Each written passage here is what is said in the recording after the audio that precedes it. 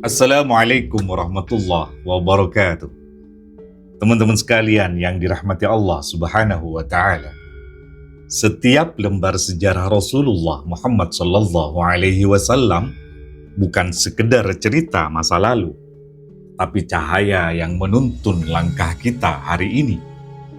Di balik setiap pertempuran, ada ujian iman yang menguatkan, ada kasih sayang yang menyejukkan, dan ada hikmah yang tak pernah habis untuk direnungkan. Kali ini, kita akan memasuki kisah perang Bani Mustalik, sebuah peristiwa yang dimulai dengan ancaman, berakhir dengan kemenangan, namun juga menyisakan fitnah besar yang menguji umat Islam. Mari bersama-sama kita hadirkan hati, agar kisah ini bukan hanya terdengar di telinga, tetapi juga mengetuk pintu jiwa kita yang terdalam. Setelah badai perang Ahzab dan pengkhianatan Bani Quraidah reda, kaum muslimin kembali menghadapi tantangan baru. Tahun ke-5 Hijriyah, sebuah kabilah bernama Bani Mustalik yang dipimpin Harith bin Abu Dirar merencanakan serangan terhadap Madinah. Mereka mengumpulkan pasukan di sebuah tempat bernama Al-Muraisi, sebuah lembah di dekat pantai, untuk menggempur kaum muslimin secara tiba-tiba. Berita itu sampai kepada Rasulullah. Beliau tidak menunggu bahaya mendekat, tetapi segera memimpin pasukan kaum muslimin untuk menghadapi ancaman itu sebelum membesar.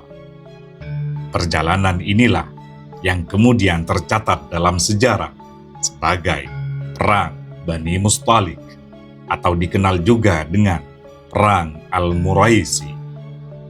Peristiwa ini tidak hanya tentang panah dan pedang, tetapi juga tentang ujian keimanan, tentang kesetiaan, dan tentang fitnah besar yang hampir mengguncang rumah tangga Rasulullah Muhammad Sallallahu Alaihi Wasallam. Setiap pertempuran dalam sejarah Rasulullah selalu lahir dari sebab yang jelas. Tidak ada satupun perang yang beliau pimpin hanya demi kekuasaan atau ambisi dunia, tetapi selalu demi melindungi kaum muslimin dan menegakkan perjanjian yang dilanggar. Begitu pula dengan perang Bani Mustalik. Siapa Bani Mustalik ini? Bani Mustalik adalah cabang dari kabilah besar Khuza'ah.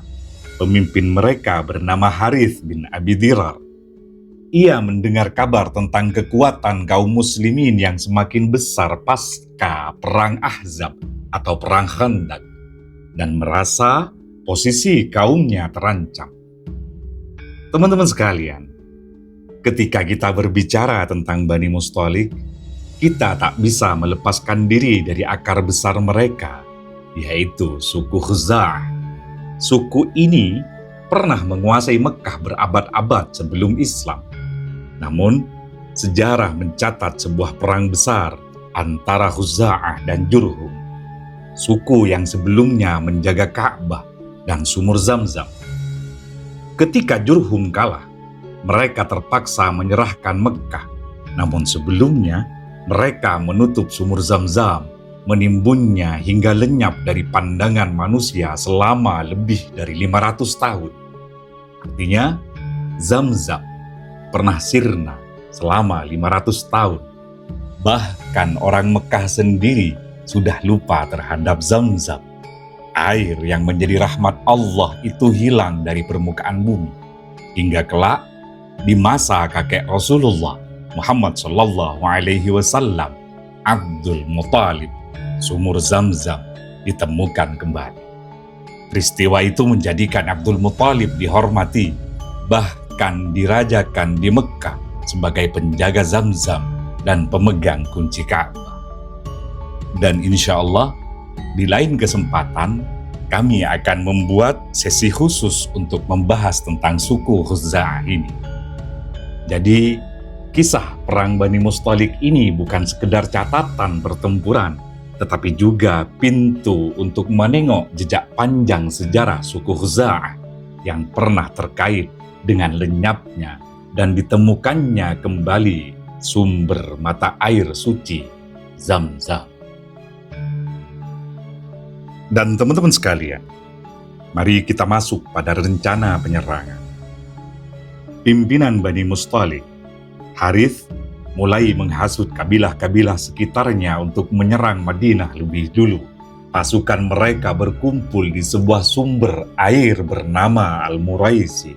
Di sanalah mereka bersiap menyerang Rasulullah dan para sahabat. Namun, rencana itu tidak luput dari perhatian Rasulullah.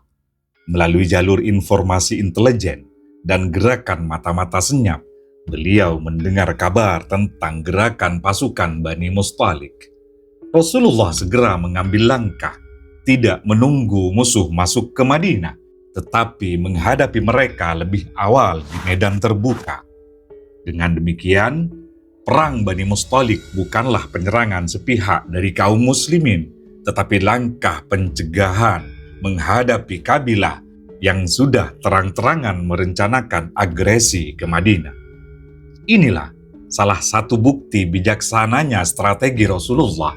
Beliau tidak membiarkan bahaya mendekat, tetapi juga tidak berperang tanpa alasan yang benar.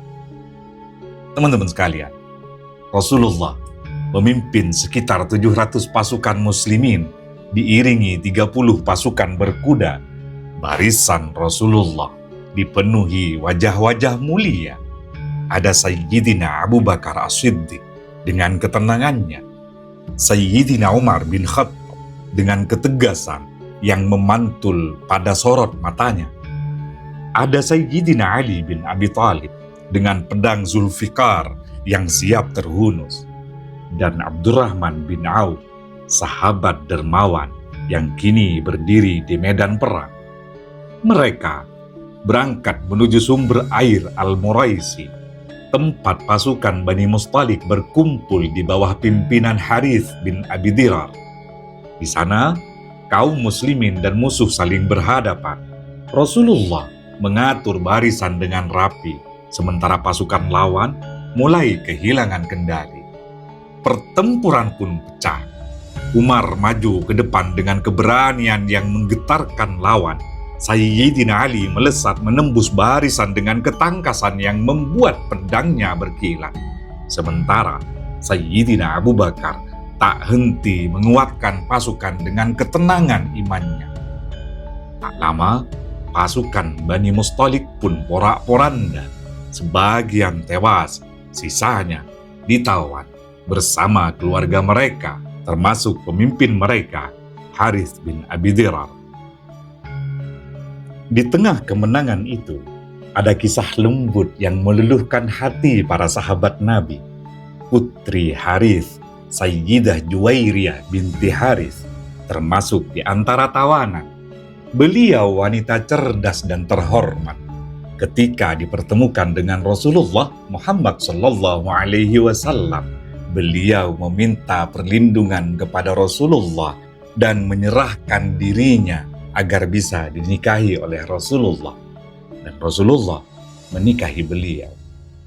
Tentang kisah Sayyidah Juwairiyah dan pernikahan beliau, teman-teman bisa simak pada kisah Sayyidah Juwairiyah di playlist Baitan Nubuwah, Jejak Cinta dan Keteladanan, salah satu playlist di channel YouTube kami, Renung Aksara. Dan di sana, teman-teman bisa temukan bagaimana kehidupan rumah kenabian, tempat cinta dan keteladanan yang tumbuh dalam keheningan dan kesungguhan. Jadi, playlist tersebut menghimpun kisah-kisah para perempuan mulia, para istri Nabi, para ummahatul mukminin, dan buah hati Rasulullah. Dan linknya teman-teman bisa cek di deskripsi. Begitu berita pernikahan itu sampai ke para sahabat, mereka berkata, "Bagaimana mungkin kita menahan keluarga Rasulullah sebagai tawanan?" Maka lebih dari 100 keluarga Bani Mustalik dibebaskan hari itu. Perang yang semula berakhir dengan luka berubah menjadi pintu dakwah dan kemuliaan. Meski pedang telah disarungkan dan panji kemenangan telah dikibarkan, perjalanan pulang dari Al-Muraisi justru membawa ujian baru. Fitnah besar mulai tumbuh, fitnah yang menguji hati kaum muslimin, bahkan mengguncang rumah tangga Rasulullah sendiri. Teman-teman sekalian, perjalanan pulang dari Al-Muraisi seharusnya dipenuhi syukur atas kemenangan.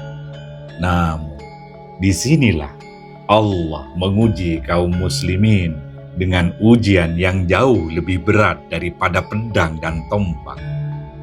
Di tengah perjalanan, Ummul Mukminin Sayyidah Aisyah radhiyallahu anha yang ikut dalam rombongan turun dari tandunya untuk suatu keperluan. Saat beliau kembali, rombongan telah berangkat tanpa menyadari bahwa dirinya tertinggal. Sayyidah Aisyah pun duduk menunggu, hingga kemudian seorang sahabat mulia, Sofwan bin Al-Mu'attal, menemukan dan mengantarkannya kembali ke Madinah. Peristiwa kecil ini seharusnya berakhir biasa, namun orang-orang munafik melihat celah. Abdullah bin Ubay bin Salul, pemimpin munafikin, mulai menyebarkan fitnah, bisikan-bisikan kotor bahwa Sayyidah Aisyah tidak menjaga kehormatan. Fitnah itu menyebar di kota Madinah hingga membuat kegelisahan menjalar di hati kaum muslimin. Antum bisa bayangkan, rumah tangga Rasulullah yang penuh cinta tiba-tiba diguncang oleh kabut fitnah. Sayyidah Aisyah sendiri jatuh sakit dan tidak mengetahui apa yang sedang diperbincangkan orang di luar rumah. Rasulullah pun diliputi kegelisahan hingga beliau bermusyawarah dengan para sahabat.